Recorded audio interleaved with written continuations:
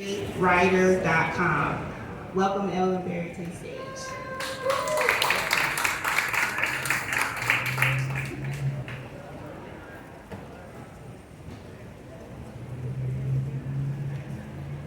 Hello, Boyd Plaza. How are you? It's only 6:40, but we are gonna bring some energy into this. We have wine and beer.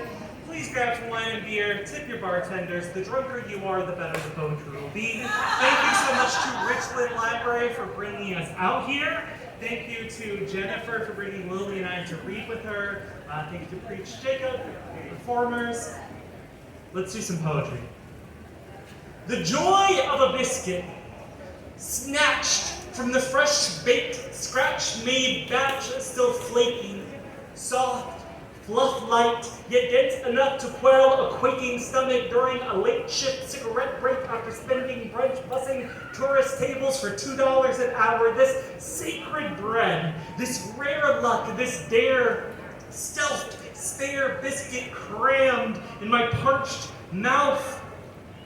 Out behind the kitchen, clad in a black apron ghosted with flour. I count the morning, it's war, it's money, and I lick honey butter from my bare knuckles where just minutes ago I scarred skin, reaching into the pastry chef's exalted vault to pilfer a bite of southern ambrosia.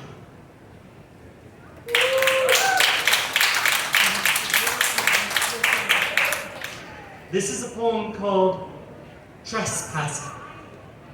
Each day is trespass, the horizon an electric fence flickering threat. Each day scattered buckshot, a split mouth knit closed with a respectable salutation.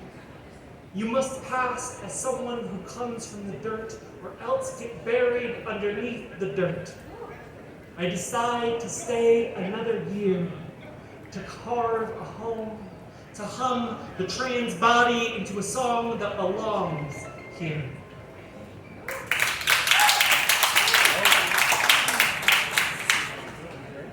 County Fair. Atop the Ferris wheel, the sky is black tarmac, scattered with silver-capped teeth lost in bar fights. With a sloppy tongue, I lick each star, hold them in my cheeks like luminescent jawbreakers. I cannot see heaven from here, but I can see your house. I bounce a quarter into the milk jug's throat. I do not even look. Gravity does not ask why the anvil is angry with the bell. From here, I make a best guess at grief's mass. I am envious of anyone who dies before regret sets in. So I have two more poems. Again, my name's Evelyn. If you like these poems, you can find me on the internet. I have a book coming out in January of next year called Grief Slut through Sundress Publications. And you can just Google my name and find all my work on all the internet places. This is a poem called Compost. Even the moss knows my name. When I submerge my shoe ankle deep in the creek, after I slip from a rock, the sock beneath cold, doused and still damp, 1 hour later, birthing a rash on the side of my white, wrinkled foot, tally of bruises and breaks, evidence I've been living here.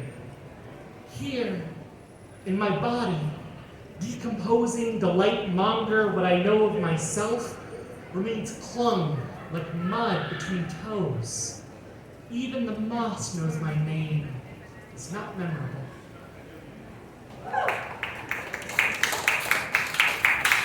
This is the final poem. Some of y'all don't know, today is National Library Day. So can we give it up for the libraries, for the Richland Library for bringing us out here. I wrote this poem today, and in my circle of the poetry world, we have a tradition, and I want to bring you into that tradition. When someone brings a new poem to the stage, we say, fresh ink. So on 1, 2, 3, we're gonna all say it together. You ready? 1, 2, 3. Fresh ink! Let me do it one more time. 1, 2, 3. Fresh ink! So I have a new poem to share. Yeah, no, and in some venues we have a bit more of an adult phrase, which I will not repeat here. For National Library Day. In praise of the public library and the long summer days we spent hidden among a maze of displays, having found ourselves a quiet nook between shelves of poetry and fantasy to sit quietly with a book and find there some new possibility to become someone else when immersed in a story.